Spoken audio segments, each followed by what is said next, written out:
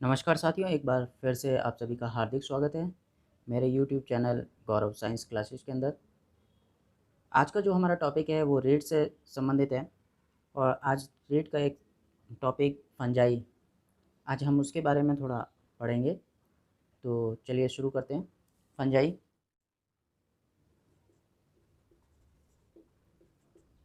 Fungi ये एक Latin शब्द है, लैटिन शब्द जिसका अर्थ होता है मशरूम या छत्रक।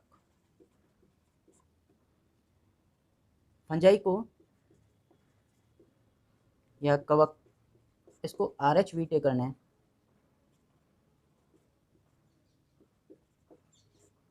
RH व्हिटेकर ने तीसरे किंगडम के रूप में, थर्ड किंगडम के रूप में डिनोट किया था।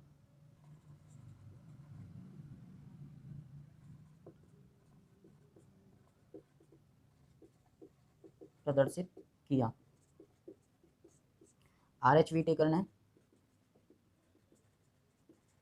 5 किंगडम क्लासिफिकेशन दिया था, ये सब आपको पता होगा। जिसके अंदर उसने सबसे पहले मोनेरा, प्रोटिस्टा, फंजाई, प्लांटी और एनिमेलिया, इस तरह से उसने क्लासिफिकेशन किया था। तो फंजाई के अंदर उन प्लांट्स को रखा जिसके अंदर क्लोरोफिल एब्सेंट होता है, और इनमें जो क्लोरोफिल एब्सेंट होने की वजह से ये परपोसी होते हैं, यानी कि पैरासाइट होते हैं, ठीक है, परजीवी होते हैं। इनके जितने भी सदस्य हैं इस फंजाई में जो भी आते हैं वो सारे परजीवी, मृतोपजीवी या सहजीवी प्रकार के होते हैं, आगे बात करते हैं। फंजाई शब्द लिनियस ने दिया था,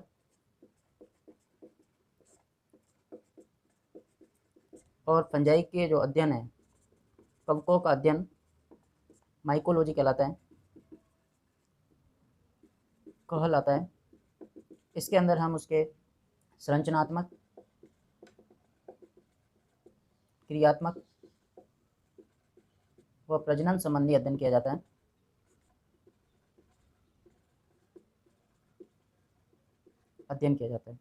उसके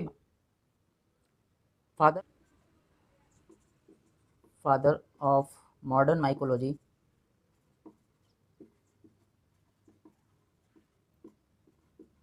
एंटोन डी बेरी है।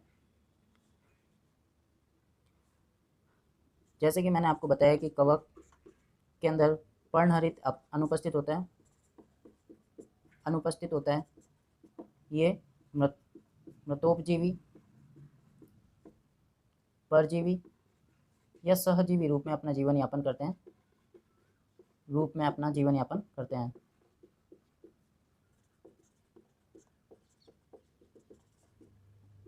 अब हम आगे चर्चा करते हैं कि इनकी प्रमुख विशेषताएं क्या हैं।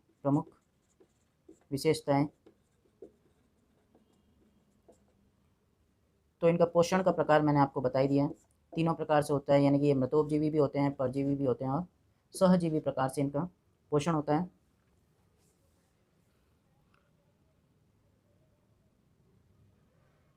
मृतोपजीवी जो किसी मृत कार्बनिक पदार्थ पर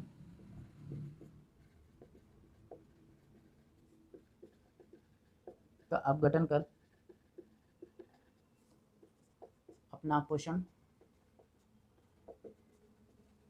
प्राप्त करते हैं, उन्हें मृतोपजीवी करते हैं।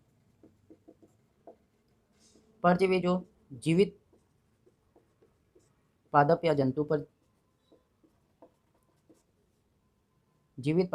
पर अपना जीवन यापन करते हैं, यानी कि वहाँ से अपना फूड, अपना जो पोषण प्राप्त करते हैं, तो उनको परजीवी कहा जाता है। और सहजीवी इसमें दोनों जीवों को यानी कि इसके अंदर कवक और जो भी दूसरा पार्ट है उसके साथ सह संबंध में रहते हैं।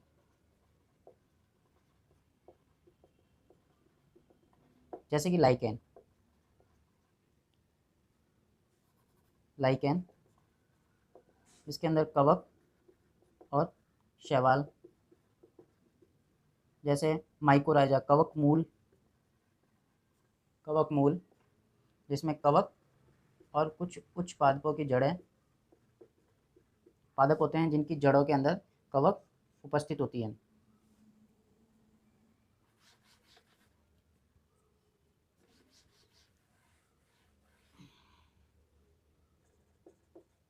कवक का थैलस जो थैलस होता है एक कोशिकीय, अमीबीय या तंतुनुमा होता है, कवक जाल होता है, तंतुनुमा कवक जाल होता है, कवक जाल जिसे माइसीलियम कहते हैं।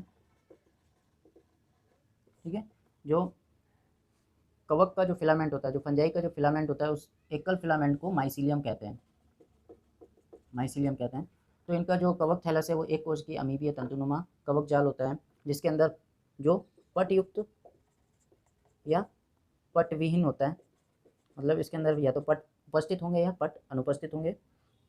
ठीक है, इनकी जो सेल वॉल होती है, कवक की जो सेल वॉल होती है वो काइटिन की बनी होती है,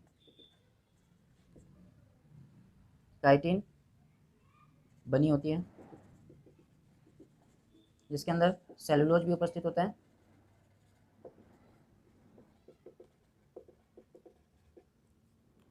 अगर बात करते हैं इनके सेल ऑर्गेनाइजेशन,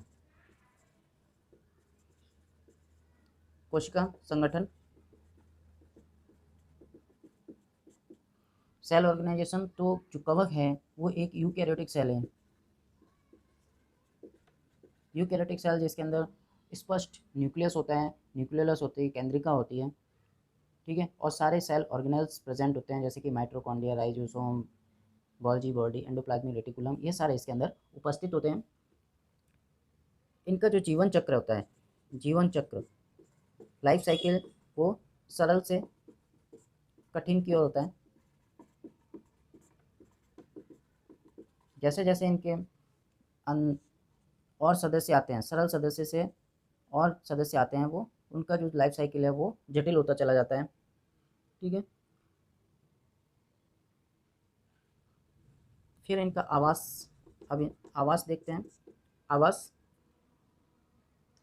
आवास तो ये जल में भी उपस्थित होते हैं, जल में उपस्थित होने वाली जो एल्गी के साथ ये उपस्थित होते हैं, एल्गी के साथ।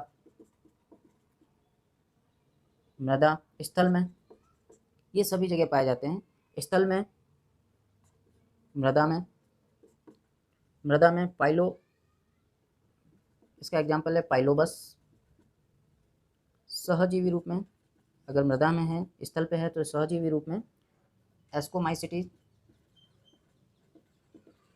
व बेसिडियोमाइसिटीज के सदस्य, जो लाइकेन के फॉर्म में होते हैं, इसमें लाइकेन के सदस्य होते हैं। परजीवी कवक, जो कवक परजीवी रूप में पाई जाती है, जैसे कि पक्सीनिया, अल्टरनेरिया, ये जो कवक हैं जो परजीवी रूप में पाई जाती हैं। अब पोषण के आधार पर कवक का वर्गीकरण देखते हैं। पोषण के आधार पर आपको पता है कि इनके अंदर क्लोरोफिल अनुपस्थित होने की वजह से इनके अंदर फोटोसिंथेसिस की क्रिया नहीं होती है, तो इनके अंदर ये परजीवी रूप में होते हैं, परजीवी रूप में। तो परजीवी दो तरह के होते हैं, जो सजीवों पर अपने पोषण के लिए निर्भर होते हैं, उन्हें परजीवी कहते हैं, यानी कि पैरासाइट कहते हैं। तो दो तरह के पैरासाइट होते हैं, एक तो अविकल्पी पैरासाइट, सबसे पहले उससे बात करते हैं कि एक बाह्य परजीवी होते हैं और एक अंतः परजीवी होते हैं। बाह्य परजीवी जो होते हैं, जो प्लांट या एनिमल बॉडी के बाहर होते हैं, बॉडी के बाहर होते हैं, और ये अंतः परजीवी जो प्लांट या एनिमल बॉडी के अंदर होते हैं, ये बाहर होते हैं और ये अंदर होते हैं। तो इस तरह के दो प्रकार के परजीवी होते हैं।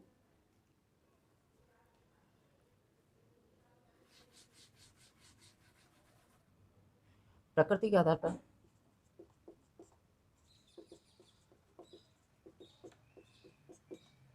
परजीवी दो तरह के होते हैं, एक तो होते हैं विकल्पी और एक अविकल्पी।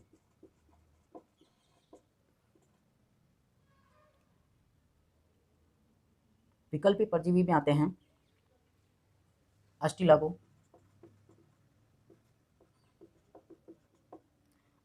और पाइथियम। विकल्पी परजीवी वो परजीवी होते हैं जो उनको स्पेसिफिक होस्ट नहीं मिलने पर, यानी कि पोषक नहीं मिलने पर, वो दूसरे पोषक पर भी निर्भर हो जाते हैं। जबकि अविकल्पी परजीवी वो केवल उसी होस्ट पर जिंदा रहते हैं और किसी दूसरे होस्ट पर जाने पर वो जिंदा नहीं रहते हैं, जैसे कि स्क्लेरोस्पोरा, स्पोरा, पक्सीनिया। ये ऐसे दो कवक हैं जो सिर्फ और सिर्फ एक और विशिष्ट पोषक के ऊपर निर्भर रहते हैं। परजीवी के बाद आते हैं मृतोपजीवी। मृतोपजीवी जो मृत सड़े गले पदार्थों से अपना पोषण प्राप्त करते हैं, उन्हें मृतोपजीवी कहते हैं। मृतोपजीवी भी दो प्रकार के होते हैं, एक होते हैं अविकल्पी मृतोपजीवी और एक विकल्पी। तो अविकल्पी जो मृतोपजीवी होते हैं, जैसे कि मार्शेला, पाइलोबोलस,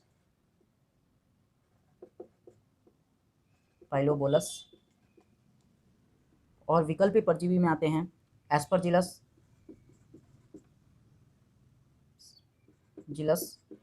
और पेनिसिलियम।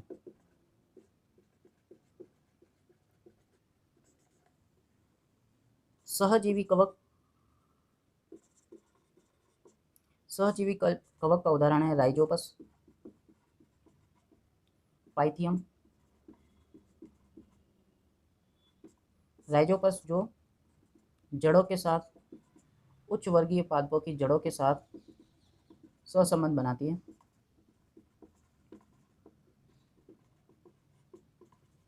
सहजीवी में दोनों को फायदा होता है। अगर कवक और पादप मूल, जिसे कवक मूल या माइकोराइजा कहते हैं, उसमें पाई जाती हैं, कवक का कार्य होता है खनिज लवण का अवशोषण, पादप को देना। पादप का कार्य होता है रहने के लिए जगह प्लस पोषण देना। तो इस तरह से ये सहजीवी रूप में भी पाई जाती है। अब कवकों को पूरा इस प्लांट किंग, ये जो फंगस किंगडम है, कवक जो किंगडम है, किंगडम जो फंजाई है, उसको सभी सदस्यों को 4 क्लासेज में बांटा गया है। पहला है फाइकोमाइसिटीज, दूसरा है एस्कोमाइसिटीज, तीसरा बेसिडियोमाइसिटीज, और चौथा है ड्यूटेरोमाइसिटीज। तो इन सभी सदस्यों को 4 भागों में बांटा गया है।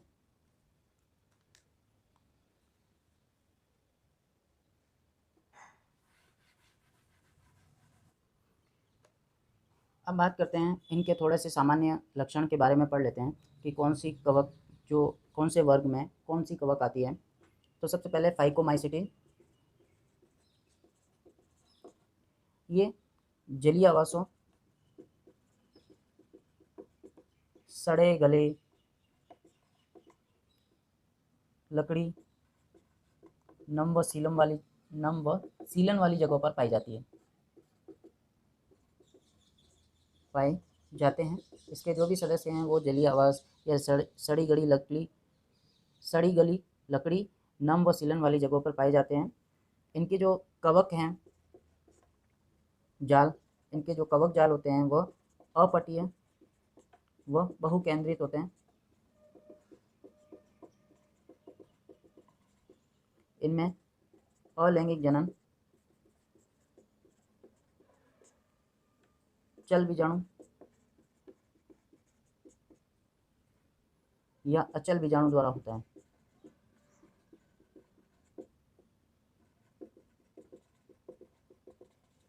फाइकोमाइसिटीज के अंदर के जो कौन कौन से आते हैं, जैसे म्यूकर, राइजोपस,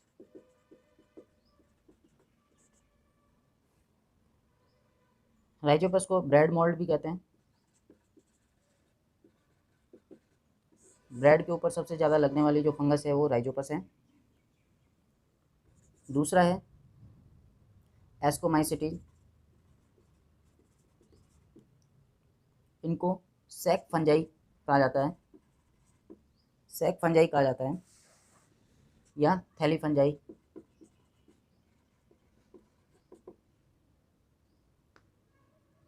इनमें एक कोशिकीय या बहुकोशिकीय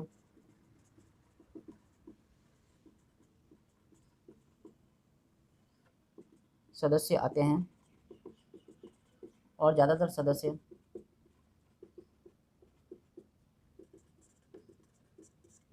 मृतोपजीवी होते हैं। इसके एग्जाम्पल हैं एस्परजिलस,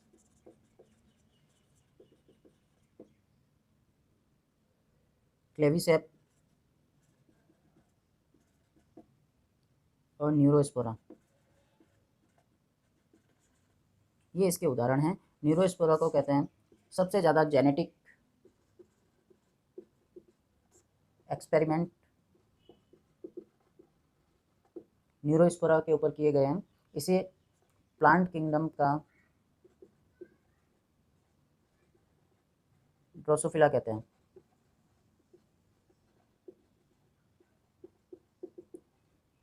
अगर एनिमल किंगडम में बात करें तो सबसे ज़्यादा जेनेटिक जो एक्सपेरिमेंट होते हैं वो ड्रोसोफिला के ऊपर होते हैं, और प्लांट किंगडम के अंदर जो सबसे ज़्यादा एक्सपेरिमेंट होते हैं वो न्यूरोस्पोरा पे किए जाते हैं, इसलिए इसे प्लांट किंगडम का ड्रोसोफिला कहते हैं। और इस एस्कोमाइसिटीज के अंदर जो भी ज़्यादातर सदस्य एडिबल होते हैं, यानी कि खाने योग्य होते हैं।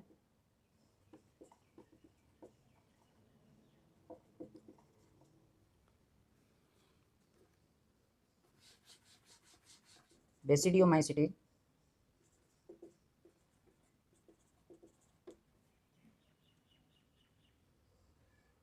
इन्हें ब्रेक्ट फंजाई कहा जाता है।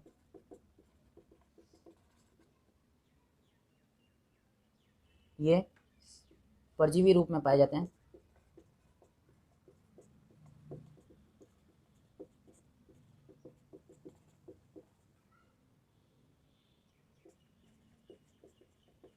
या स्मट रोग उत्पन्न करते हैं,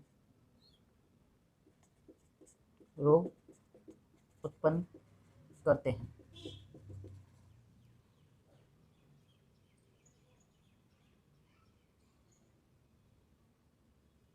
उदाहरण हैं एगेरिकस,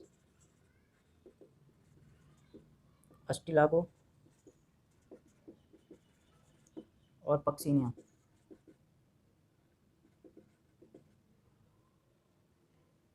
चौथा है ड्यूटेरोमाइसिटीज,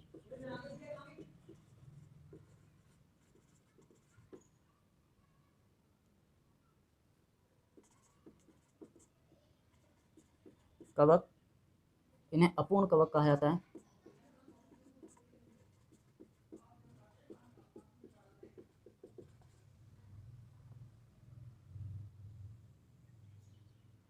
इनमें केवल अलैंगिक जनन पाया जाता है।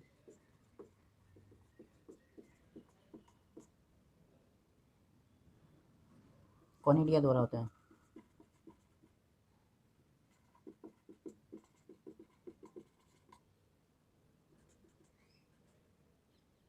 उदाहरण हैं इनके अल्टरनेरिया,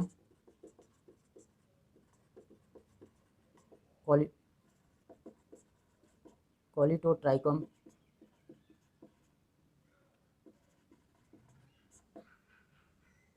ट्राइकोडर्मा।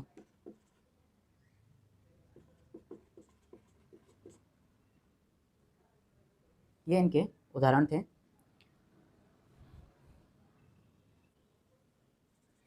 कवकों में जनन, तो जनन इनमें कायिक जनन, अलैंगिक जनन और कुछ में लैंगिक जनन पाया जाता है। कायिक जनन जैसे विखंडन, इस विखंडन द्वारा होता है, कॉनिडिया द्वारा होता है।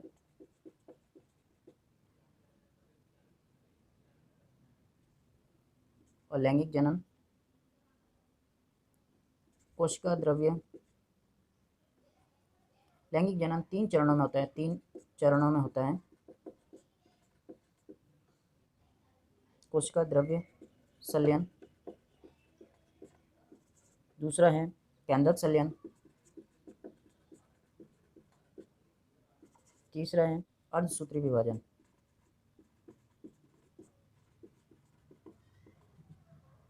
तो ये तो था कवकों के जनन के बारे में। अगली क्लास के अंदर हम पढ़ेंगे हानिकारक और लाभदायक कवकों के बारे में। तो मिलते हैं अगली क्लास में, तब तक के लिए धन्यवाद।